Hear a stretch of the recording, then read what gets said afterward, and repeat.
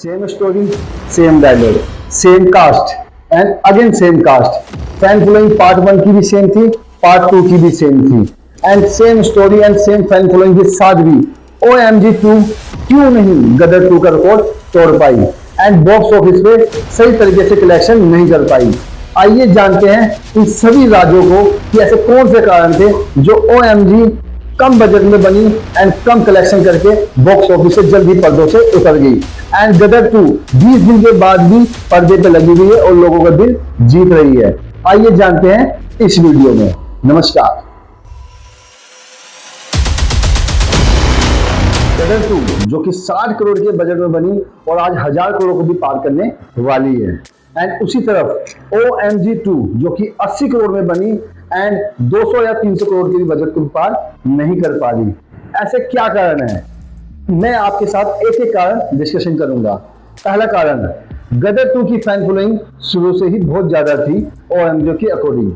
गदर 2 में जो कास्ट थे वो सेम कास्ट लेके पार्ट 2 लेके पर्दे पे उतरी एंड OMG2 भी सेम कास्ट के साथ बट परेश रावल जी की जगह पंकज त्रिपाठी जी को लेके पर्दे पे उतरी।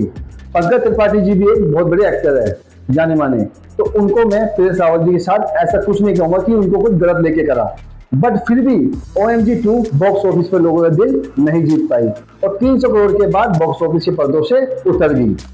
ऐसा इसलिए हुआ क्योंकि OMG का जो कॉन्सेप्ट था, जो स्टोरी थी, जो डायलॉग्स थे, वो मुझे और ऑडियंस को सही नहीं लगे।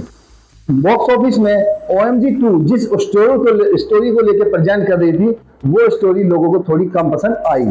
अपनी फैमिली के साथ ना देखने वाली कुछ ऐसी स्टोरी थी। मैं ये नहीं कहूंगा कि OMG की जो स्टोरी थी या लोगों को जो मैसेज देना चाहते थे वो गलत था, बट अभी भी हम कुछ हिंदुस्तानी कुछ ऐसे संस्कृति से जुड़े हुए हैं जो अपनी फैमिली से कुछ डिस्कशन नहीं कर पाते, बट OMG ने ये दिखाया और ये मैसेज बहुत अच्छा था। बट अभी ये मैसेज मुझे ऐसा लगता है शायद थोड़ा जल्दी आ गया। एक कारण और था OMG का फेल होने का। आप जैसे जानते होंगे, जब जब इंडिया और पाकिस्तान का नाम आता है तो पूरी दुनिया पागल हो जाती है। जैसे हमारे इंडिया पाकिस्तान का मैच, इस मैच को देखते हुए लोग अपने घर का टीवी तोड़ देते हैं, घर से लोग बाहर निकल जाते हैं। इंडिया पाकिस्तान से जब मैच जीतता है तो ऐसा नजारा बन जाता है जैसे हिंदुस्तान में दिवाली है और पाकिस्तान में जैसे ऐसा लगता है जैसे किसी की मैयत निकलने वाली है। ये सभी नजारे को देखते हुए गदर 2 की फैन फॉलोइंग बहुत ज्यादा डबल टिबल हो चुकी थी। इस कारण से भी OMG की थोड़ी सी फैन फॉलोइंग कम होते हुए पर्दे से जल्दी उतर गई। एक कारण मैं और बोलना चाहूंगा, मुझे ऐसा लगता है कि OMG का गलत फैसला था सेम डे गदर के साथ पर्दे पर उतरने का। अगर OMG2 गदर 2 के कुछ वीक्स के बाद उतरती तो शायद वो भी बहुत अच्छी कलेक्शन कर पाती। एंड मेरे को एक कारण और लगता है, गदर 2 के जो डायलॉग्स थे, सनी देओल जी के जो डायलॉग्स थे एंड स्टोरी थी एंड जो प्रेजेंट करने का तरीका था वो डायरेक्टर्स ने बहुत अच्छी तरीके से दिया था, बट OMG में ऐसा नहीं था। मुझे ऐसा लगता है अक्षय सर को और मिस्टर पंकज त्रिपाठी जी को और बेहतर डायलॉग और बहुत अच्छी सी एक्टिंग दिया जा सकती थी जिससे वो मूवी में चांद लगा देते, बट ऐसा नहीं हुआ। अक्षय सर का एक लिमिटेड रोल दिया गया जिसके कारण शायद मूवी थोड़ी फीकी लग गई, यानी आसमान से धरती पर उतार दी गई। ये भी एक कारण था OMG का जल्दी पर्दे से उतरने का। फाइट जितनी भी बड़ी होगी मूवी उतनी ही हिट होगी। जैसा कि आपको पार्ट 1 में याद होगा, परेश रावल जी की लड़ाई हमारे भगवान के बनाए सिस्टम से, यानी जो भगवान में मंदिरों में जो बैठे हमारे पंडित लोग हैं या हमारे जो भी अधिकारी लोग हैं, उन्होंने किस प्रकार से भगवान की पूजा को और भगवान को किस प्रकार से बिजनेस बना दिया, इस प्रकार की कुछ फाइट थी। वो फाइट लोगों के दिल में ऐसी जगी कि वो बॉक्स ऑफिस पे हिट हो गई। एंड अगर मैं आपसे एक छोटा सवाल पूछूं, अगर मैं आपसे ये बोलूं ऊपर कुछ है और ऊपर मत देखना, तो आप ऊपर जरूर देखोगे। क्यों? क्योंकि आपका दिमाग आपको ऊपर खींचेगा। इसी प्रकार से OMG पार्ट 1 कुछ बड़ी कंट्रोवर्सी में फंसी हुई थी और आज का ट्रेंड बन गया, जो मूवी ज्यादा कंट्रोवर्सी में फंसेगी वही मूवी ज्यादा हिट होगी।